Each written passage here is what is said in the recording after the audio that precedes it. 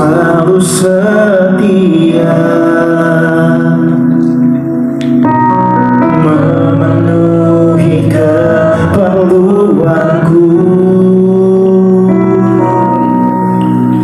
Tak pernah Dia mengecewakan.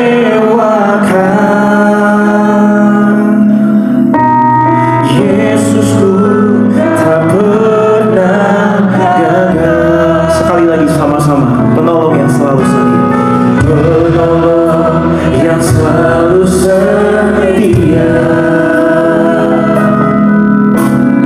memenuhi keperluanku. Tak pernah Dia mengecewakan. Yesusku tak pernah gagal. Angkat tangan kita, segala perkara dapat ku tangguh di dalam Dia yang memberi kekuatan. Panggil namanya Tuhan Yesus. Tuhan Yesus menolong dan sahabat. Tetap percaya Tuhan setia. Buat Tuhan Yesus yang setia, beri tepuk tangan pujian syukur. Penolong yang selalu setia, memenuhi keperluan kami.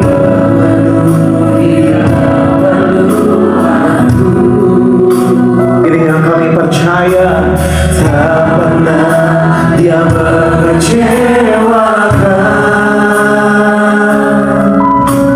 Yesusku tak pernah gagal. Sekali lagi, penolong yang selalu setia, penolong yang selalu setia, memenuhi keperluanku. Tidak pernah Tuhan mengecewakan. Tak pernah Dia mengecewakan. Oh, Yesusku tak pernah gagal. Mari bersama-sama katakan, segala perkara dapat ku tangguh di dalam Dia yang memberi kekuatan. Tuhan Yesus menolong dan sahabat. Tetap percaya Tuhan setia. Segala perkara dapat ku tangguh. Sama-sama kita boleh bangkit berdiri, Bapak Ibu semua. Tuhan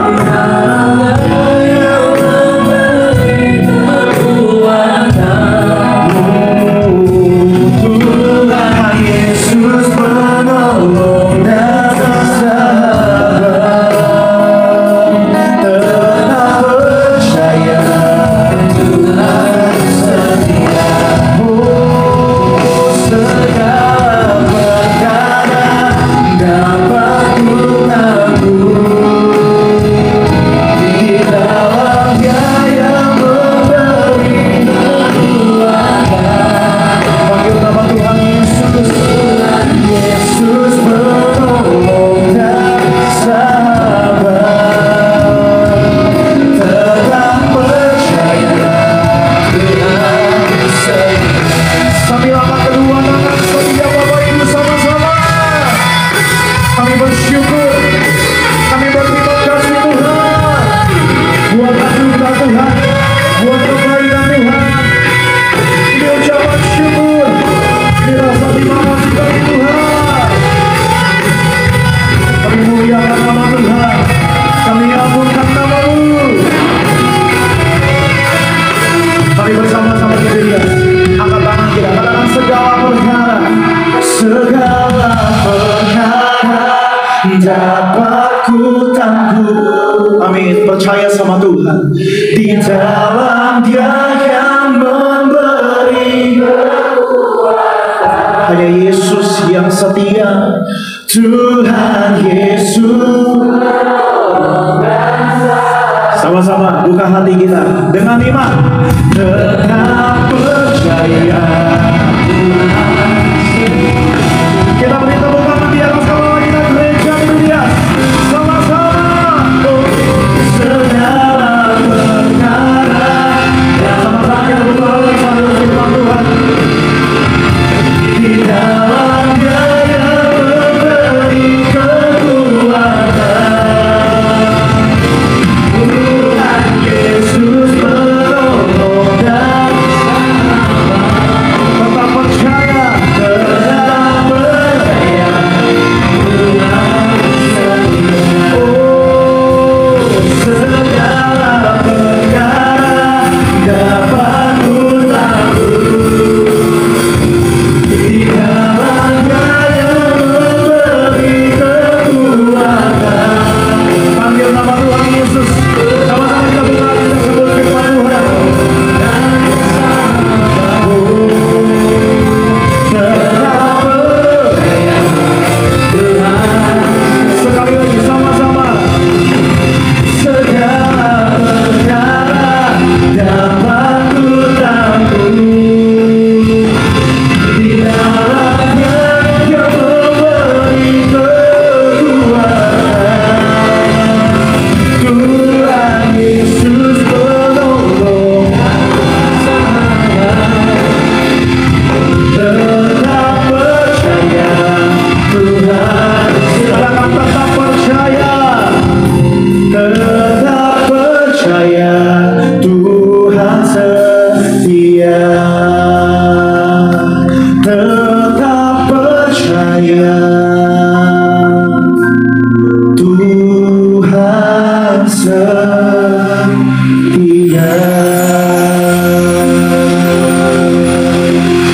Haleluya. Kita bersatu dalam doa. Kami bersyukur untuk anugerah Tuhan. Kami masih bisa hidup sampai hari ini. Kami masih bisa menikmati berkat Tuhan, mujizat, dan proses-proses kehidupan yang mendatangkan kebaikan. Kami berterima kasih. Dan tiba saatnya kami mendengarkan kebenaran dari firman-Mu Tuhan. Firman-Mu adalah yang terbaik, yang menerangi langkah jalan hidup kami, supaya di akhir zaman ini langkah hidup kami tidak tersesat. Sembuhkan yang sakit Tuhan Yesus, berikan kelegaan kepada yang berbeban berat. Kami mengucap syukur yang siap diberkati oleh firman Tuhan dalam nama Tuhan Yesus. Sama-sama kita katakan amin. Silakan duduk Bapak Ibu semuanya. Puji Tuhan, haleluya. Ada Shalom Tiberias. Waduh, kurang semangat. Ada Shalom. Puji Tuhan. Apa kabar Bapak Ibu semuanya? Luar biasa, senang kembali ya bisa bertemu dengan Bapak Ibu, anak-anak muda ya yang untuk beribadah di sesi terakhir di Tiberias Balai Sarbini. Senang bisa bertemu dengan Bapak Ibu dan anak-anak muda di tempat ini. Kita bersyukur kita sudah masuk di minggu yang kedua ya dalam bulan Oktober. Tidak terasa cepat loh ya, Oktober akan selesai. Masuk November, tidak terasa cepat Desember. Natal Tiberias, Natal 25, rally Natal, kantor, perusahaan, persekutuan doa. Ya kan sampai akhirnya malam tahun baru. Wah, masuk tahun 2025. Tantangan kehidupan bukan semakin mudah, makin sulit. Ya, jadi jangan malas beribadah, jangan malas cari Tuhan. Ya, karena orang yang nggak cari Tuhan nggak dapat apa-apa.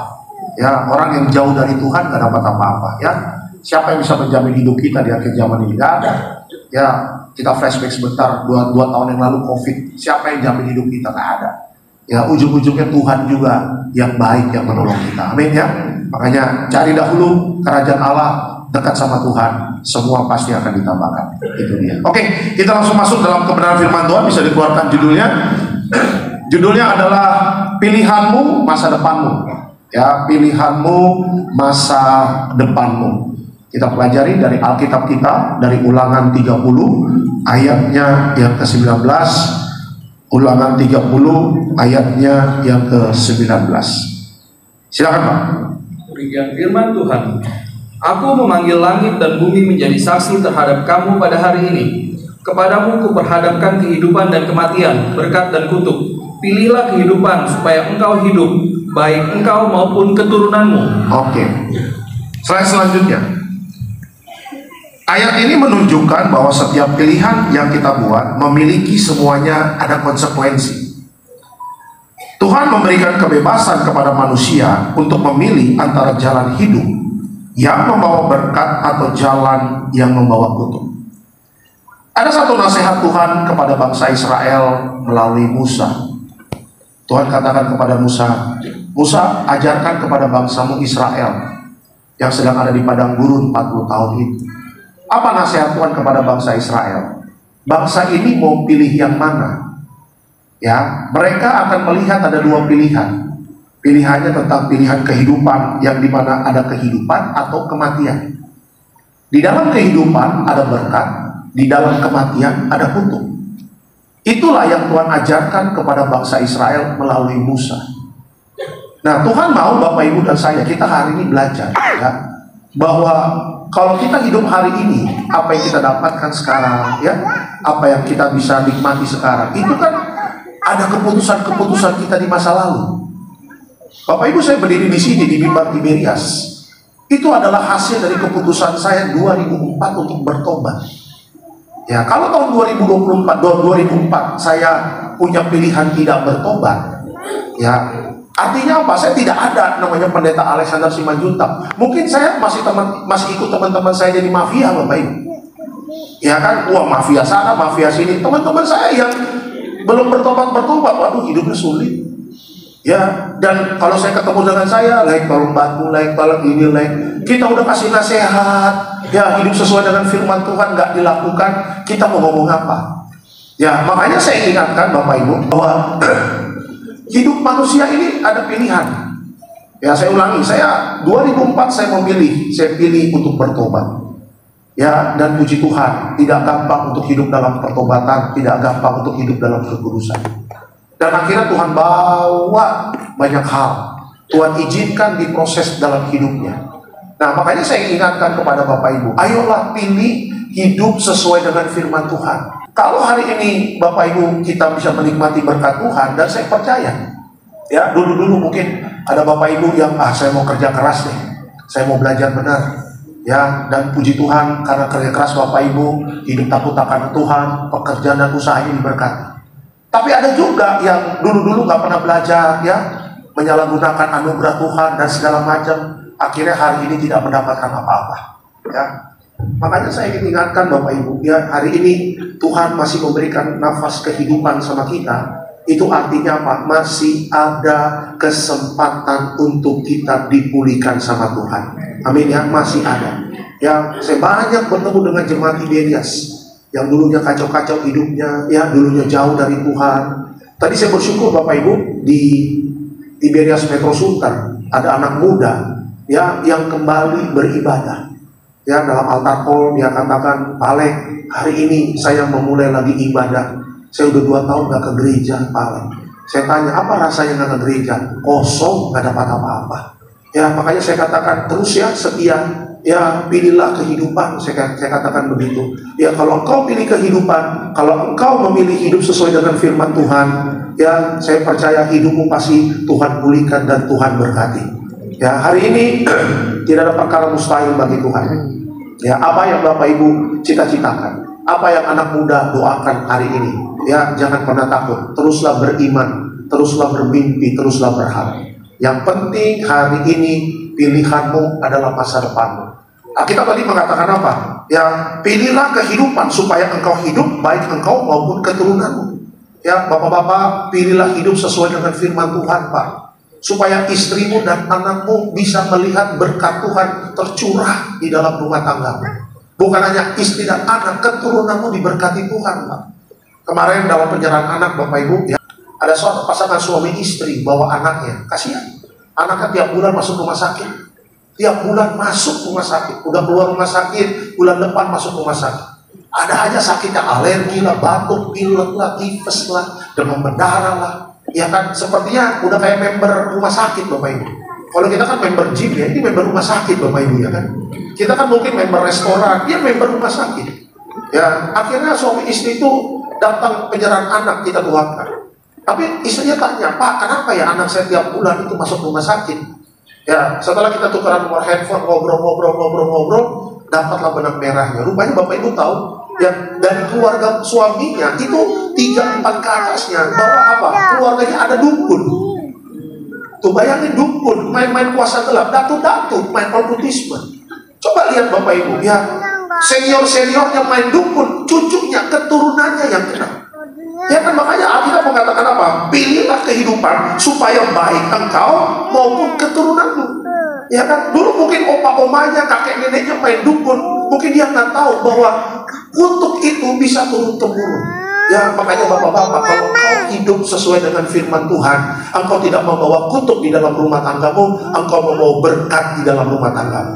Ya kan, bukan hanya berkat keturunanmu nanti diberkati, anakmu menikah, nanti ada anak, engkau punya cucu, cucumu sehat, cucumu diberkati, ya cucumu tidak langganan rumah sakit, tapi apa? Cucumu langganan juara, ya langganan berprestasi. Nanti cucumu besar, cucumu nikah, punya anak, keturunanmu dari ke-7, ke-8, ke-9.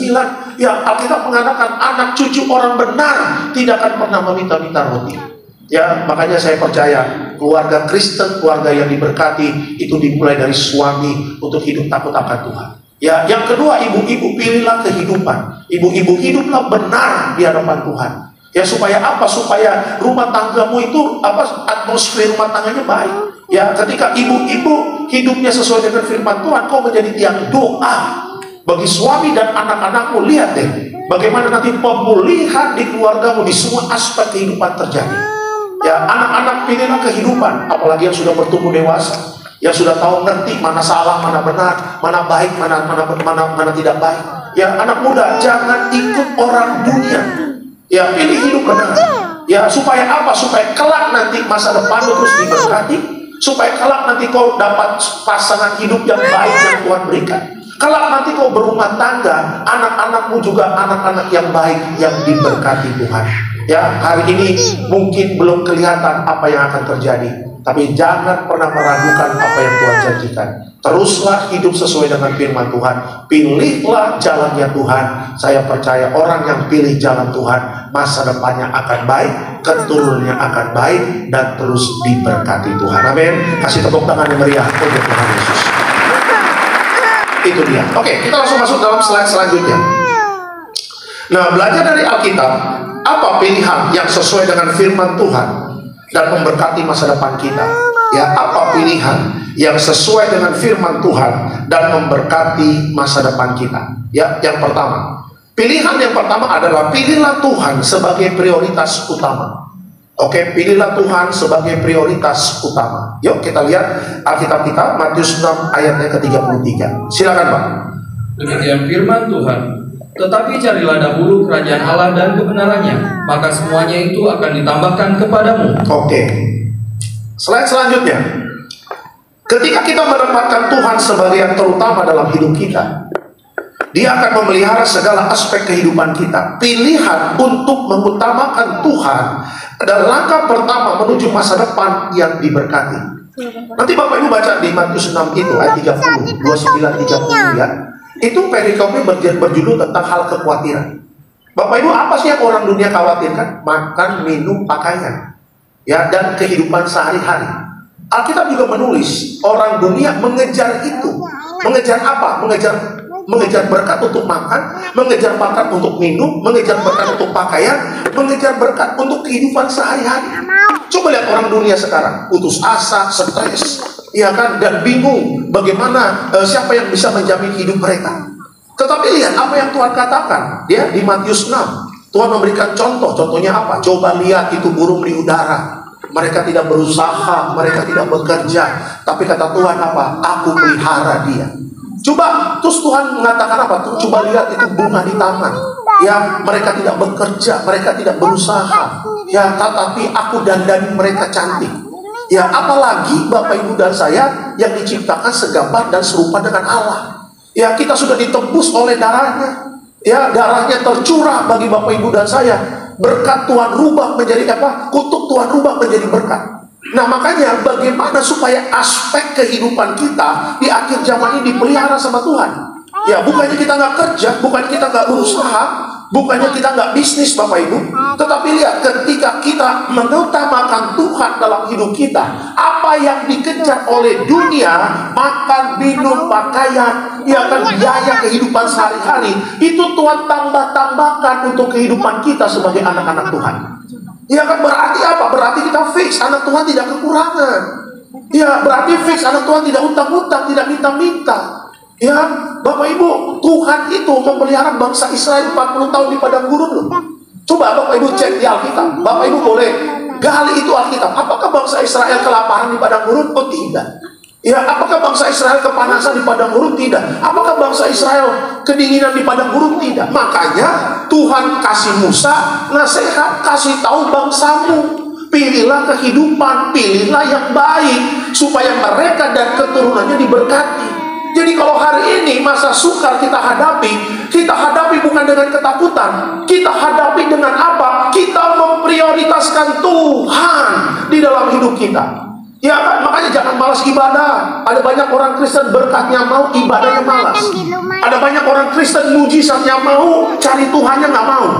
Ya, saya sering sedih kalau melihat ada ibu-ibu datang ke gereja. Bisa di Bekasi tuh. Kalau di Sarbini sih nggak pernah sih. Kalau Sarbini baik-baik. Ya, itu yang di Bekasi. Tapi kalau saya di Bekasi, itu yang di Sarbini, saya bilang begitu. Ya, Bapak Ibu bayangin ya. Istrinya ibadah. Ini istrinya ibadah. Altar call bawa anaknya pakai selendang batik. Ya kan? Terus udah diempok-empok begitu. Terus Pak Pendeta tolong doain. Kenapa anak sakit? Ekonomi sulit. Oke. Saya tanya, Bu, suami kemana? Di luar Pak, sambil ngerokok duduk di motor. Kurang ajar nggak suaminya? Bagi saya itu kurang ajar loh. Istrinya cari Tuhan, istrinya gendong anak, istrinya nangis-nangis lagi pujian penyembahan, suaminya di luar nongkrong duduk di motor, rokok lagi, terus nggak ada merasa bersalah. Ya kan? Rumah tangga diberkati ketika suami istri sepakat cari Tuhan. Saya ulangi ya, makanya yang muda-muda nih, yuk nikah, cari pasangan yang takut Tuhan. Ya, jangan dompetnya yang besar tapi nggak takut Tuhan. Fasilitas ada tapi nggak takut Tuhan, buat apa? Semua akan habis nanti itu dimakan belalang pelahap kalau pasanganmu tidak takut akan Tuhan. Saya bilang sama istrinya, Bu, suami mana? Di luar Pak, di luar. Kenapa nggak masuk? Nggak mau dia ke gereja.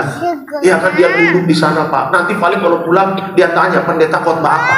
Daripada dia tanya pendeta khotbah apa, mendingan dia masuk ke gereja. Benar nggak Bapak Ibu? Kenapa dia harus dengar dari istrinya katanya? Kenapa dia nggak langsung dengar? Duduk bersama istrinya, pegangan tangan, semangat cari Tuhan. Ya kan, orang yang mengutamakan Tuhan ibadah nggak malas. Ya kan, orang yang mengutamakan Tuhan cari Tuhan itu nggak malas. Ya kan, orang yang mengutamakan Tuhan namanya doa, namanya pujian penyembahan, baca Alkitab nggak malas. Nih masih banyak orang Kristen. Kita buka satu Tawarik, dia buka dekat Wahyu. Sampai kiamat nggak ada satu Tawarik di Perjanjian Baru. Sampai kiamat. Sampai nanti ada Yerusalem baru. Iya, sampai nanti mobil bensin sampai listrik semuanya Bapak Ibu. Gak pernah ada satu Tawarik dekat kitab Wahyu. Coba cari satu Petrus, dia cari dekat Imamat. Mana ya? Ya, sampai kiamat. Ya, satu Petrus gak bakal ada itu di dalam Perjanjian Lama sampai kiamat. Sampai nanti kita ketemu yang nulis Imamat itu Musa. Adakah satu Yohanes? Adakah satu Petrus? Lu jangan tanya sama gua, tuh Petrus di samping gua, lu tanya tuh Petrus. Pepet, Perjanjian Lama atau Perjanjian Baru? Mau katanya begitu. Petrus Iman Juntak juga marganya ya kan? Iya kan? Para jahata Bapak Ibu ya kan? Petrus para jahata. Nah saya ingin katakan, ya kan? Masa mau diberkati di seluruh aspek kehidupan?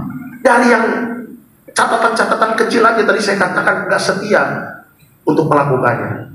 Bapak Ibu, saya sering diundang di kantor-kantor ya.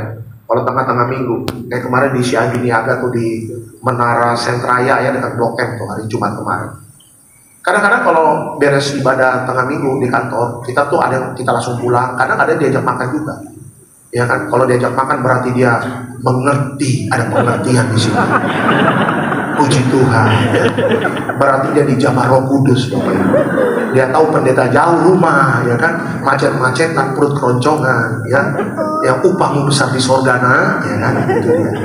Nah, kadang saya lagi ngobrol sambil nunggu makanan ya, kita ngobrol diskusi. Pak, gimana ya Pak caranya ya Pak biar persekutuan doa di kantor kami ini banyak orangnya? Saya tanya begini, berapa pegawai yang orang Kristen di sini? 100 Pak. Ah, 100.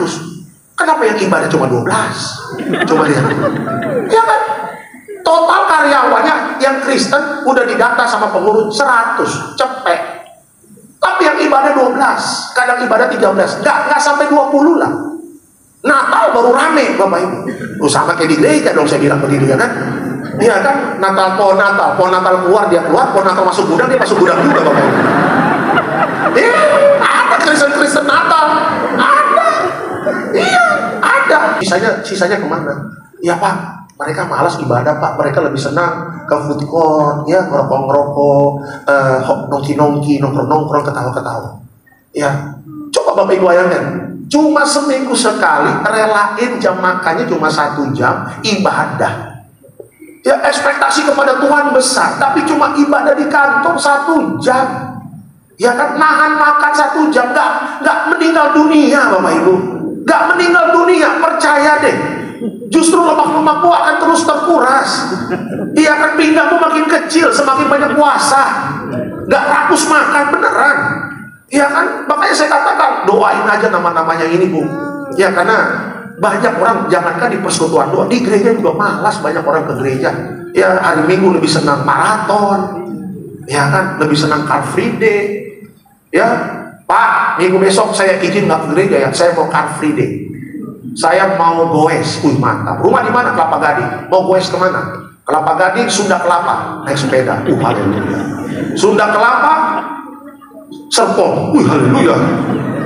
Dari Serpong kami naik sepeda Bogor, makan soto kuning. Dari Bogor kami akan ke Jakarta lagi lewat Cibinong, Citerep, Cimanggis, dan sampai di UKI kami makan lapo.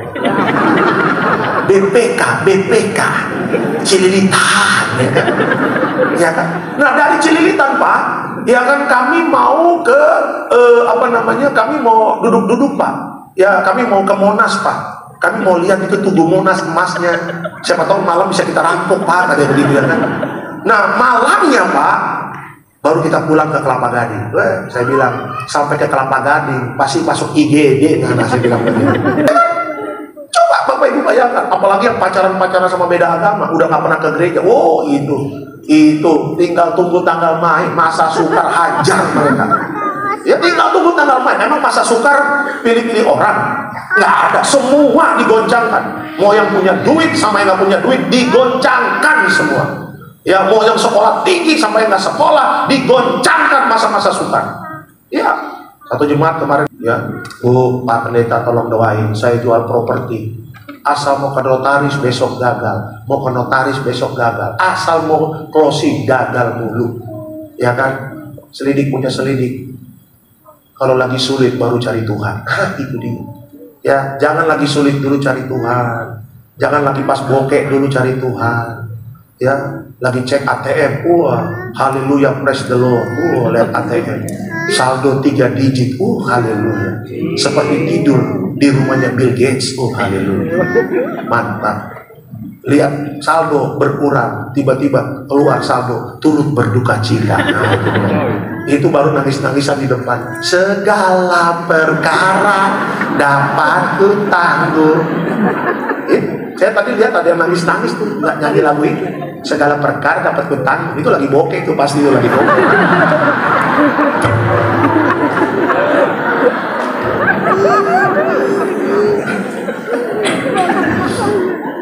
Iyalah, saya tahu air mata duka cita itu semuanya. Padahal baru minggu kedua, belum ketiga dan keempat ya kan. Oh Tuhan, haleluya. Ya Bapak Ibu, Tuhan itu sangat mengerti tentang kebutuhan kita, sangat mengerti. Nggak usah ajarin Tuhan deh, nggak usah ajarin Tuhan, Dia di bidangnya tahu segala hal. Ya kita yang nggak tahu apa-apa. Makanya utamakan Tuhan dalam hidup kita. Ya, jangan malas ibadah, jangan malas berdoa, jangan malas baca Alkitab, jangan malas untuk pujian penyembahan. Ya, sebagai contoh di poin pertama, Yusuf dan Daud tidak pernah bermimpi mereka akhirnya tinggal di istana. Tidak pernah bermimpi. Tapi lihat masa muda mereka, hidupnya takut Tuhan, mengutamakan Tuhan. Yusuf menderita berapa tahun? 13 tahun. Di penjara, difitnah sama Tante Poti. Iya kan? Gak ngapain-ngapain, dibilang, aku akan diperkosa sama Yusuf. Padahal Yusuf kabur. Difitnah, masuk penjara Cipinang, Bapak Ibu, ya kan? Ya kan? Yusuf di penjara. Tapi lihat, ya, sebelum ke rumah Potifar, Yusuf kan jadi budak kan. Dia diambil sama orang Ismail di padang gurun dari sumur. Dan di bukunya pernah saya baca, Yusuf tuh telanjang dada cuma pakai sempak doang. Jadi mata ditutup, dia diikat begini. Jadi orang Ismail bilang begini, budak dijual, budak dijual, budak dijual. Potifar itu biasanya langsung ke kantor. Tapi nggak tahu kenapa Potifar bilang sama asistennya, kita ke pasar nih. Sebelum ke kantor kita lewat pasar. Luar biasa bicara Tuhan bahwa Yusuf ke rumahnya Potifar. Ketika Potifar lewat pasar, ada budak Potifar kayak dijamah Tuhan. Aku harus beli ini budak. Dibeli Yusuf. Jadi budak, jadi kepala rumah tangga rumah Potifar. Tahu Bapak Ibu, Alkitab mengatakan karena Yusuf hidupnya takut akan Tuhan, Potifar juga diberkati Tuhan. Jadi keberadaan Bapak Ibu tuh jadi berkat loh. Bukan jadi batu sandungan atau batu kali, batu akik Bapak Ibu, ya kan? Iya, makanya jangan main-main atas hidupmu. Kan seneng ya kalau kita di perusahaan, keberadaan kita jadi berkat bagi perusahaan itu kita seneng loh. Ya, keberadaan kita di rumah tangga jadi berkat, keberadaan kita di persekutuan roh jadi berkat, di lingkungan kita jadi berkat. Jadi kenapa Yusuf itu jadi berkat bagi Potifar? Karena Yusuf memprioritaskan Tuhan dalam hidupnya. Kenapa Daud tinggal di istana? Gak pernah bermimpi nanti kita ke surga ketemu Daud. Ya kan? Put, mau tanya dong Put, katanya begitu. Atau Bapak udah Daud, ya kan? Ya kan? Atau tulang, ya kan? Tulang, atau Bapak udah, aku mau nanya dong. Apa rahasianya kau tinggal di istana bisa menjadi raja menggantikan Saul? 1000% saya yakin percaya Daud akan mengatakan apa?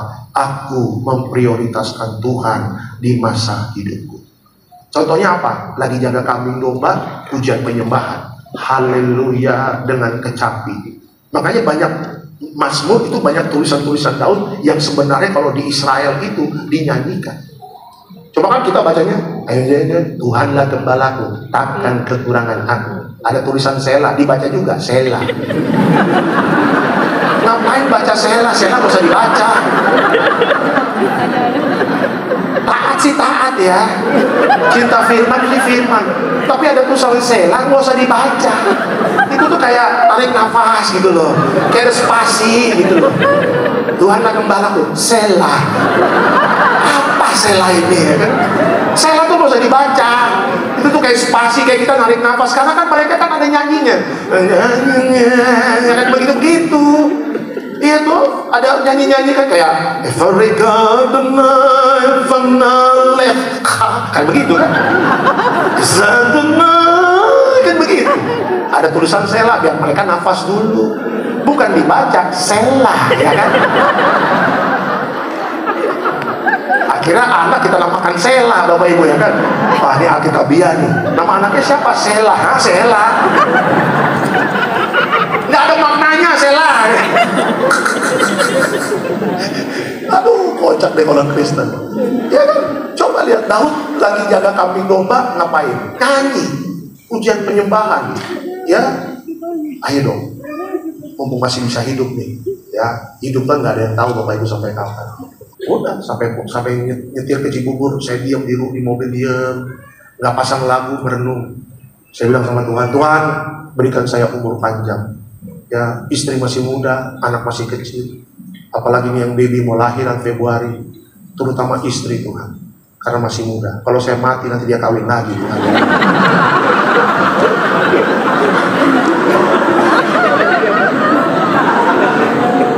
Saya akan gentayangi dia.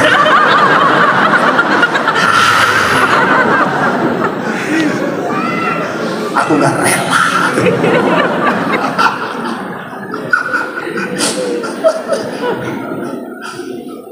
Ya, sambil perjalanan ya, saya bilang nih Tuhan ngomong apa di hati saya. Ya lembut-lembut Tuhan kayak ngomong gini, setia aja pelayanan, tetap hidup benar. Udah itu aja. Ya, saya bilang Tuhan, hidup nggak ada yang tahu. Nah, makanya saya katakan, hidup kan nggak ada yang tahu. Hari ini kita bisa sehat, hari ini kita bisa foto di gym, hari ini, aku minum, aku kalau malam nggak makan nasi loh, aku perut langsing, sing. Mau makan nasi campur kalau udah mana mati aja udah. Iya, mau ngomong apa? Benar gak Bapak Ibu? Iya kan? Kita mau diet sediet-dietnya. Kita punya pinggang yang perempuan kayak gitar Spanyol. Iya kan? Badan kita kayak aderai. Kalau kata Tuhan, ulang kok ke Pondok Rangon, selesai kita Bapak Ibu. Selesai kita mau ngomong apa? Sia-sia kita diet, sia-sia kita ke dokter gizi, sia-sia. Ya udah, makanya saya ingin katakan, jangan menyesal. Ya, masa sukar kita bisa tetap melihat Tuhan cukupkan hidup kita. Tuhan tetap berkati kita. Ya, jangan jadi nomor 2, nomor 3 Tuhan. Dia Allah yang cemburu. Ya, Bapak Ibu, Allah kita Allah yang cemburu. Ya, ingat istri. Kita nggak usah ngomong Allah yang cemburu, dan istri-istri. Ya, Bu, kalau suamimu lebih senang ngobrol sama sekretaris daripada ngobrol sama ibu, pasti ibu cemburu kan? Kurang ajar. Telepon aku kalau dia angkat lama. Tapi kalau aku jalan sama suamiku ditelepon sekretaris cepat dia angkat. Aku ingin tahu rahasianya apa. Iya, kalau sekretaris ditulis di handphonenya Cinderella. Iya, tapi kalau istrinya Densus 88.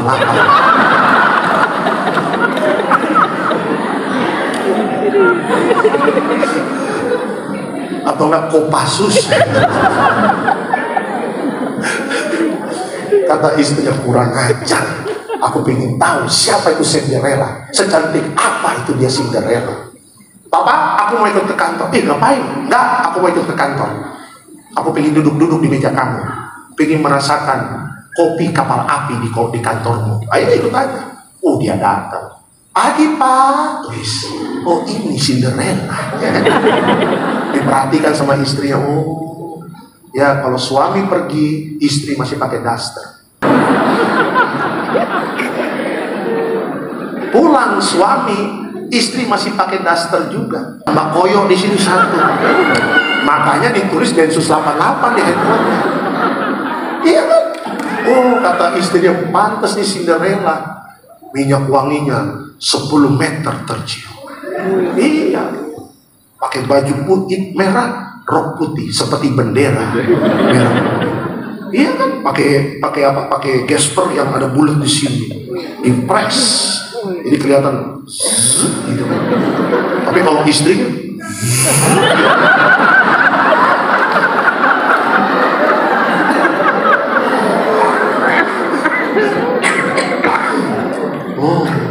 pantesan kalau aku telepon suamiku malas mengangkatnya.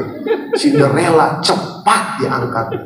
Cinderella, Pak mau minum apa? Tutur kata santun, tutur kata manis. Pak mau minum apa? Kopi. Sebentar ya Pak.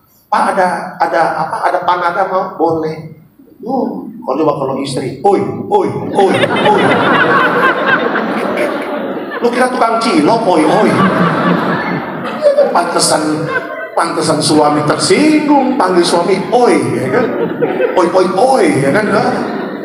Iya. Istri cemburu. Nah, istri aja bisa cemburu gara-gara sekretaris, apalagi Tuhan. Ya kan, gambaran istri cemburu itulah ada salah satu karakter di Tuhan, adalah Allah yang cemburu. Ya, jangan sampai bisnismu menggeserkan Tuhan, ya, hobimu menggeserkan Tuhan, apapun jangan. Jadikan Tuhan yang utama, semua pasti akan ditambah-tambahkan. Amin. Kasih tepuk tangan yang meriah untuk Tuhan Yesus. Pilihan yang pertama adalah pilihlah Tuhan sebagai prioritas utama. Ya, itu yang pertama. Yang kedua, pilihan yang kedua apa? Yang kedua adalah pilihlah jalan yang sempit. Oke, pilihlah jalan yang sempit. Matius 7, 13-14. Silakan Pak. Demikian firman Tuhan. Masuklah melalui pintu yang sesak itu, Karena lebarlah pintu dan luaslah jalan yang menuju kepada kebinasaan, dan banyak orang yang masuk melaluinya. Karena sesaklah pintu dan sempitlah jalan menuju kepada kehidupan, dan sedikit orang yang mendapatinya. Oke, keterangannya apa? Jalan yang membawa pada kehidupan kekal tidak selalu mudah atau populer, ya. Tetapi itulah jalan yang Tuhan kehendaki. Pilihan kita untuk tetap setia pada jalannya akan menentukan tujuan akhir hidup kita. Bapak Ibu catat ya, semakin level kerohanian kita semakin naik, semakin dikit teman kita. Semakin dikit. Kalau orang bikin dosa, wih, gengnya banyak. Gengnya banyak, makanya ada Bapak Ibu kita bisa lihat kalau zaman dulu, wah kalau kita mau bikin dosa, wih, kita kumpul yuk, wah banyak. Tapi coba lihat deh, kalau Bapak Ibu hidup dalam pertobatan, hidup dalam kekudusan, semakin dikit orang-orang yang di sekitar. Kenapa? Karena mereka tidak sanggup ikut level kita. Ya bukan karena kita hebat loh, karena kita mau berjuang masuk di pintu sempit itu. Bapak Ibu masuk neraka nggak perlu pikir panjang, gampang masuk neraka itu. Bagaimana caranya? Nanti pulang nyebrang aja ke tol dalam kota. Ya, jalan aja lah, buang mati udah selesai. Nggak perlu mikir gimana caranya ya, nggak perlu, sangat mudah masuk neraka. Makanya Alkitab mengatakan pintu yang lebar. Banyaklah nanti orang akan ke sana, banyaklah nanti orang yang binasa. Nanti perbandingannya Bapak Ibu bisa lihat, banyak orang masuk surga, iya, tapi lebih banyak orang masuk neraka. Alkitabnya ngomong kok ini. Ya, kalau memang nggak percaya saya akan bacakan lagi, ya. Masuklah melalui pintu yang sesak itu, karena lebarlah pintu dan luaslah jalan yang menuju kepada kebinasaan, dan banyak orang yang masuk melaluinya. Tuh, masuk melalui banyak orang. Ya, kalau memang mau masuk neraka, yang bapak-bapak, Pak mau masuk neraka, gimana caranya? Selingkuh aja Pak, selingkuh aja, mati masuk neraka Pak. Percaya 1000% saya. Ya kan, zina cabul aja, korupsi aja. Gampang masuk neraka. Ibu-ibu kalau memang mau masuk neraka, selingkuh aja dari suami. Ya main apa yang tidak sesuai dengan firman Tuhan. Tiba-tiba beres lakukan dosa, jantung stop. Wah, yang jemput malaikat laut. Anak-anak muda, kalau mau tanya sama saya, Pak Pendeta masuk neraka bagaimana? Yuk, cabul aja sama pasanganmu. Cabul aja. Zina cabul, narkoba, zina cabul. Tinggal tunggu waktu malaikat mau jemput kamu masuk neraka. Selesai. Makanya Alkitab mengatakan luaslah jalan yang menuju kepada kebinasaan. Tetapi kalau Bapak Ibu tanya sama saya, Pak masuk surga mudah nggak? Saya bilang tidak mudah. Kenapa? Alkitab mengatakan menuju sesaklah pintu dan sempitlah jalan yang menuju pada kehidupan, dan sedikit orang yang mendapatinya. Ya, jangan kita ngomong-ngomong surga tapi kita nggak jadi warga surga. Ya, zaman dulu kalau saya kuliah dari Bogor ke Jakarta, saya naik bis. Kadang-kadang naik kereta turun di Manggarai, baru naik metro mini ke arah Kuningan. Tapi saya rata-rata naik bis, karena kalau bis itu AC ya, saya bisa tidur. Itu kalau dari Bogor ke stasiun terminal bis Paranak Siang, calonnya kan saudara, uki, calon, kan begitu kan. Saya datang turun dari angkot, bawa ransel, bawa kaos, pakai kaos. Madre, Bang, ini nih Ramat Jati nih, kan? Terus ada mahasiswa lagi, Dek kemana Dek? Trisakti Bang. Trisakti mana? Cempaka Putih itu Grogol. Nah naik Kalideres nih. Kalideres. Grogol. Sambil nunggu bis penuh, saya tanya tuh sama calonnya, Bang udah pernah ke UGI? Belum. Nah itu dia kan. Udah pernah ke Cawang? Belum. Berarti dia calo Cawang, calo UGI, dan belum pernah ke sana. Saya tanya lagi sama calonnya yang ke Kalideres, Bang udah pulang ke Kalideres? Orang Bogor. Lebih liang arek naon orang ke Kalideres teh, ya kan? Ya kan, orang mah di dia Kalideres supaya orang yang mau ke Kalideres tahu ini bisnya. Orang mah ngapain ke Kalideres? Kita punya pamajikan tadi lebih liang ada begitu. Ya kan? Sama. Kalau kita di Facebook, opa meninggal, rest in peace, sampai ketemu di Yerusalem baru. Sambil ngetik cap tikus sambil minum Bapak Ibu, ya kan? Omong kosong itu namanya. Omong kosong pakai kalung salib. Waduh kayak PDD, kalung salib kayak PDD. I'll be missing you. Ya, PDD ngomong God lah, Jesus lah, I'll be missing you lah. Di belakang pelecehan seksual sama Justin Bieber, pelecehan seksual sama Asher, ya kan? Konon katanya LeBron James juga pernah dicicipi sama P. Diddy. Iya, coba lihat kalung salib. Buat apa kalung salib? Nggak jaminan kita jadi bapak ibu beli kalung salib, anak muda kalung salib. Pak, saya nggak mau beli kalung salib, saya mau ambil salib di atas gereja saya, Pak. Saya mau pikul salib ke Golgota. Golgota udah nggak ada, ke Gunung Putri, Pak, ya kan? Ya, hidupmu nggak bener, nggak ngefek, percaya sama saya. Ya kan, jadi Tuhan itu melihat tingkah laku kita. Ya, makanya saya ingin katakan, pilihlah pertobatan dan pilihlah kekudusan. Ya, memang tidak populer, nggak apa-apa. Mungkin di kantormu kok dikucilkan, orang aneh, orang freak, apa-apa bertobat, apa-apa hidup kudus, apa-apa kerja jujur, nggak apa-apa. Ya, orang lain gerogoti perusahaan ambil uang karena mereka nggak yakin hidupnya dijamin. Kita dijamin Tuhan. Walaupun mungkin gajimu UMR ya 5-6 juta, ya udah cukupkan aja apa yang ada. Ya, nggak usah kita, kalau memang gaya hidupnya nggak mampu untuk yang besar, udah cukupkan aja. Pak, saya nggak mampu Senayan City, mampunya apa? Ramayana Robinson. Ya udah Ramayana Robinson lah. Ya Pak, saya nggak mampu beli Gesper yang H, tapi di Taman Puring ada. Ya udah beli aja. Bagi saya nggak masalah, yang penting lo nyaman, celana lo nggak melorot, udah itu aja. Iya kan? Lo mau beli Gesper H di mall, udah mungkin 10 juta. Saya juga nggak tahu harganya. Tapi ketika kita di Taman Puring, bang Gesper H. Berapa? Gope aja Bang. Bisa nego, bisa Bang. 300. Ya udah pakai. Jalan. Apa kabar?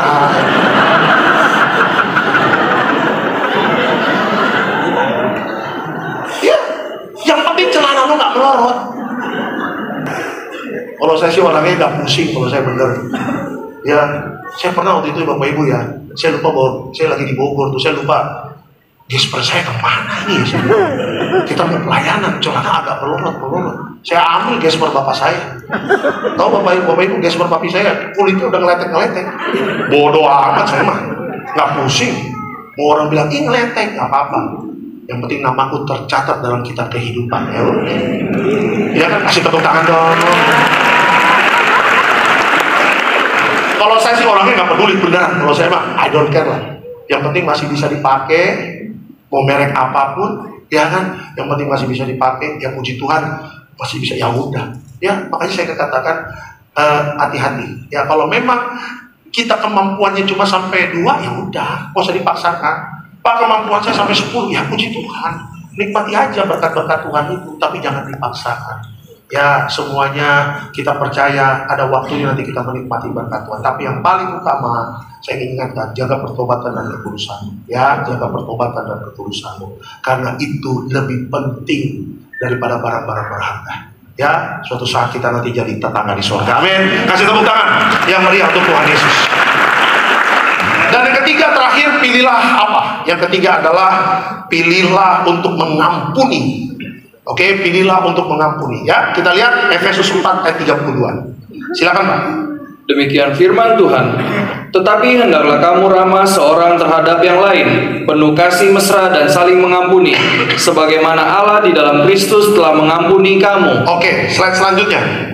Pilihan untuk mengampuni orang lain membawa kebebasan dan kedamaian dalam hati kita. Ya, itu ya. Pengampunan adalah kunci untuk hubungan yang sehat dan masa depan yang penuh berkat. Bapak Ibu, nanti di akhir zaman Alkitab kan pernah mengatakan ini, ada 2 orang di ladang, 1 terangkat, 1 tidak. Ada juga nanti 2 orang di tempat tidur, 1 terangkat, 1 tidak. Ya, itu gambaran siapa sih? Ada beberapa tafsiran mengatakan yang 2 orang di tempat tidur itu adalah pasangan suami istri, 1 terangkat, 1 tidak. Nah Bapak Ibu, pengampunan itu adalah salah satu syarat Bapak Ibu terangkat ke surga. Jangan main-main. Ya, Yesus ketika di hadapan siapa? Pontius Pilatus. Aku tidak menemukan kesalahan orang ini, kata Pontius Pilatus. Terus orang-orang mengatakan, salibkan dia.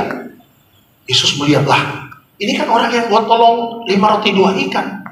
5.000 orang, dia lagi yang bawa banyak bungkusannya ini. Kan sisa 12 bakul, benar Bapak Ibu? Alkitab mencatat sisa 12 bakul. Itu ada orang Batak, orang Manado di sini. Ada yang bungkus, inang-inang Parsenen, ya kan? Iya kan? Amang Parawamangun dibungkus. Tiba-tiba salibkan dia. Kata Tuhan, kata Yesus, gila lu udah bawa banyak plastik, ya kan? Lu udah banyak bawa bungkusannya. Lu lagi yang teriak-teriak salibkan gua. Kurang aja.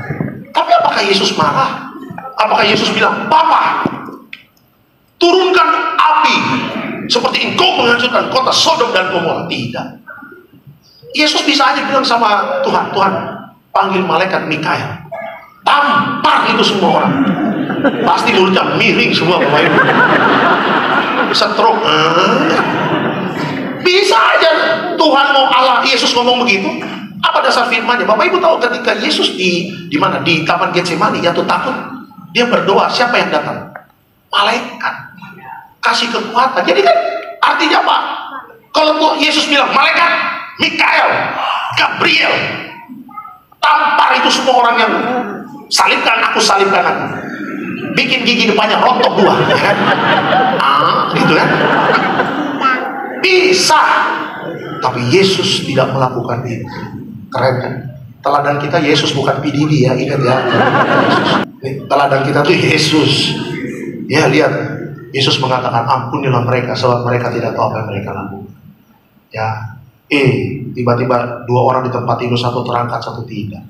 Suami terangkat. Yesus tanya, kenapa suami itu terangkat? Kata malaikat, karena dia mengampuni istri. Terangkat. Istri. Setan dia.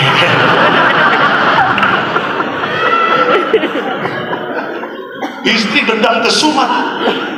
Emas tidak pernah dikasih, perak tidak pernah dikasih, perunggu tidak pernah dikasih. Kata suami, emang lo atlet pon? Katanya, atlet pon sumut apa? Emas, perak dan perunggu. Dendam kesumat Bapak Ibu. Sampai mati aku tidak akan pernah mengampuni dia. Benar, mati masuk neraka ya kan? Sampai mati, sampai ke Hades. Suaminya terangkat masuk surga. Selamat tinggal beban kehidupan.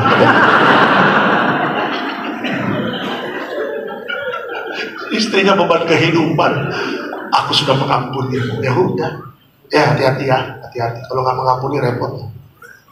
Memang saya tahu mungkin ada kasus-kasus yang berat. Saya tahu itu. Kita jadi pendeta juga pernah melayani yang kasus-kasus berat. Tapi mau apa? Nggak mengampuni. Mau apa? Pak, saya dibohongi sama dia. Ada uang saya 1 miliar hilang gara-gara dia. Udah, ampuni aja. Nanti pembalasan adalah hak Tuhan. Ya, benar Pak. Pembalasannya adalah hak Tuhan. Iya, kita mengatakan pembalasan adalah hak. Nanti malam saya berdoa, Tuhan percepat pembalasan itu. Ya saya mau ngomong apa? Ya kalau Bapak Ibu bilang, Pak ada ayat lain nggak ada. Ya hidup saling kasih mesra tuh lihat suami istri. Kita mau apa kan? Pak yang udah berumah tangga, saya tahun depan 7 tahun rumah tangga. Ya nggak gampang menjadi rumah tangga. Ya Pak Alek mengampuni istri udah berapa kali? Nggak kehitung. Udah nggak kehitung saya mengampuni istri saya, udah nggak kehitung. Masa saya hitung itu? Januari. Saya kan nikah 3 Maret 2018. Dari Maret 2018, April, kejadian apa ya? April, Mei, udah nggak tahu saya banyak Bapak Ibu. Tuhan, mantap juga kan ini ya. Bikin mantap juga nih suasana, cair. Saya kalau Bapak Ibu tanya, paling ampunin istri berapa kali? Saya udah nggak tahu. Udah tengah terhingga. Sampai nanti mau memisahkan, saya nggak pernah gitu. Ya saya ampuni aja. Kalau Bapak Ibu DM istri saya, Ibu Pendeta, kalau sama Pak Alek udah ngampunin berapa kali, sama istrinya juga bilang, udah nggak tahu ya ngampunin Pak Alek udah berapa kali. Kan memang pengampunan itu bukan untuk dihitung, untuk dilakukan. Iya, memang saya katakan memang berat. Apalagi yang suami-suaminya, aduh Tuhan, bikin darah tinggi insomnia, ya. Kurang aja. Suami batuk. dalam nama Yesus. COVID Delta, jemput dia Tuhan, biar mau memisahkan. Ya, jemaat, Bapak Ibu, rukun-rukun ya dalam rumah tangga ya. Perempuan kalau ada kepahitan, kasihan loh perempuan. Ya, apalagi lagi program-program punya anak. Oh, rahimnya tertutup. Benar, saya kasih tahu. Rahimnya tertutup. Nah, kasihan. Jadi akhirnya lama program anaknya udah ngabisin duit ke rumah sakit Bunda, rumah sakit Cipto, sampai ke Penang, sampai ke kemana, ke Singapura, ke Eropa. Ya, rupanya kuncinya apa? Pengampunan. Di Alkitab ada Sarai dan Sarah, istrinya Abraham Wijaya. Itu pendeta ya. Bapak Ibu, ketika namanya Sarai itu artinya mendominasi, dan tidak boleh istri mendominasi suami, tidak boleh. Tahu Bapak Ibu, hasil dari dominasi suami adalah apa? Sarai suruh Abraham tidur sama budak namanya Hagar. Produknya hasilnya siapa? Ismail. Rahimnya tertutup Bapak Ibu, rahimnya tertutup. Tapi ketika Sarai bertobat, digantikan namanya Sarah. Akhirnya dia bilang, Abraham ya Tuhan. Waktu namanya Sarai, panggil Abraham siapa? Poi. Abraham, lu mau kemana? Duh, saya paling pusing ya kalau suami istri panggil lo gue. Nggak tahu, kalau saya hati saya nggak terima gitu lo gue. Mendingan panggil Daddy. You know I love you, I want you, I need you. Kan bisa gitu. Ada lagunya Daddy Michael Jackson kalau nggak salah ya. Mohon maaf, ada apa? Kalau memang saya salah tuh, bentar ada lagunya. Panggil kayak suami, ayah, sayang, Daddy, papa, papi, popo.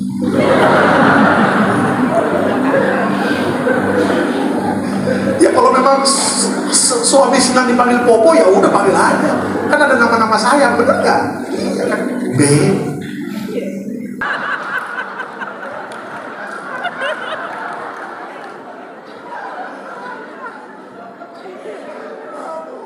Ya kan enak ya. Kalau saya sama istri panggilannya sayang. Ya istri saya panggil saya papi. Ya Bapak Ibu lihat, atau Sarah panggil Abraham, ya Tuanku, di situ rahimnya terbuka. Barulah keluar anak perjanjian namanya Isa. Bapak Ibu, ada satu jemaat ya, suaminya spermanya mandul, benar-benar mandul. Udah ke rumah sakit check up, benar-benar mandul. Gak ada bibit unggulnya di sperma. Datang ngobrol-ngobrol sama saya, kita ngobrol-ngobrol sharing-sharing. Saya bilang begini, saling mengampuni aja suami istri, kasih mesra. Percaya deh, apa yang Alkitab katakan pasti jadi. Akhirnya mereka ke Penang kemarin check up, Bapak Ibu. Ribuan sperma yang unggul, nggak tahu datangnya dari mana, tiba-tiba nongol. Sampai dokternya bilang, kamu nggak mandu? Dokter Jakarta bilang mandu. Ini hasil. Tapi dokter di Penang mengatakan tidak mandu.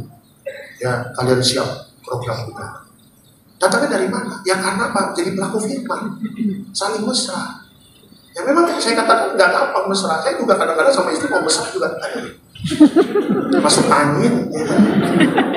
Tapi ya udah. 5 tahun pernikahan, udah masuk 6, tahun depan 7. Sekarang ya udah ketawa-ketawa lah. Kadang-kadang saya gila-gilaan sama istri, maksudnya bikin lucu. Sekarang kalau mandi di atas, saya mau ngambil ke bawah baju saya, aduh ke bawah lagi. Saya pakai baju istri saya, Bapak Ibu.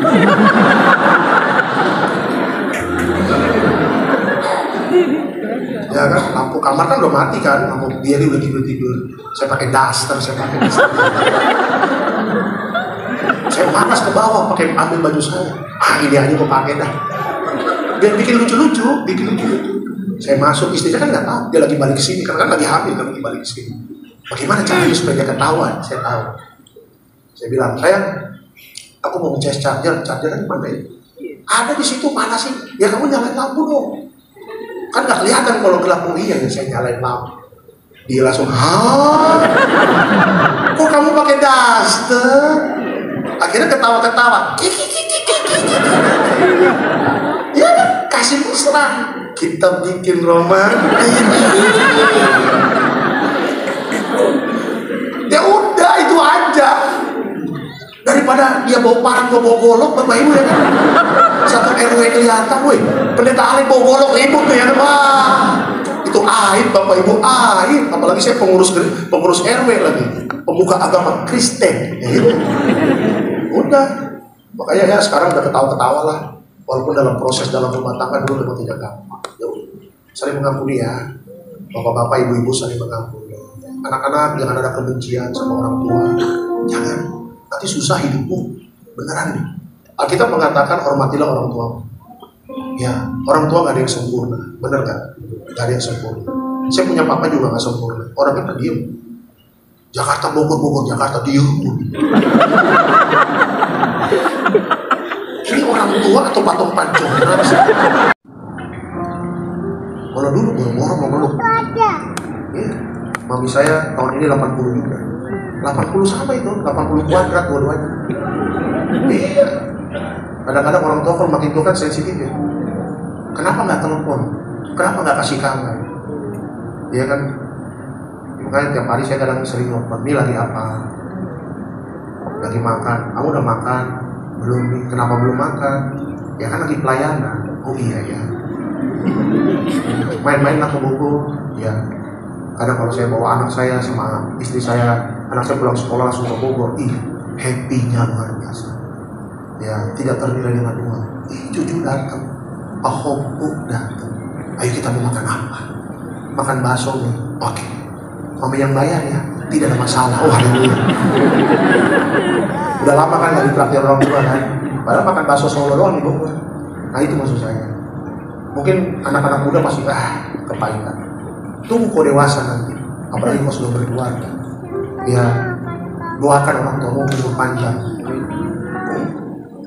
Mami saya bilang, bisa nggak mami lihat Brexit nanti SMA? Sedih nggak ngomong begitu? Dalam hati saya, Tuhan 80, SMA 6, SD 6, tambah 6 kali 3 kan? Bener nggak? 6 tambah 3, 9. 2, ya 9 tahun lah. 80 tambah 9, 89. Oh Tuhan, saya nggak mau mikirin deh. Itu kuasa Tuhan. Ya kan sedih loh kalau dengar begitu loh. Ngomongnya di samping saya. Bisa nggak ya opung nanti lihat present SMA sama kuliah? Wah Tuhan,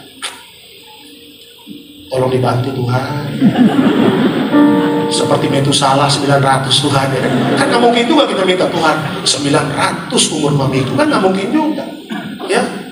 Jadi Firaun nanti bapaknya jadi Firaun.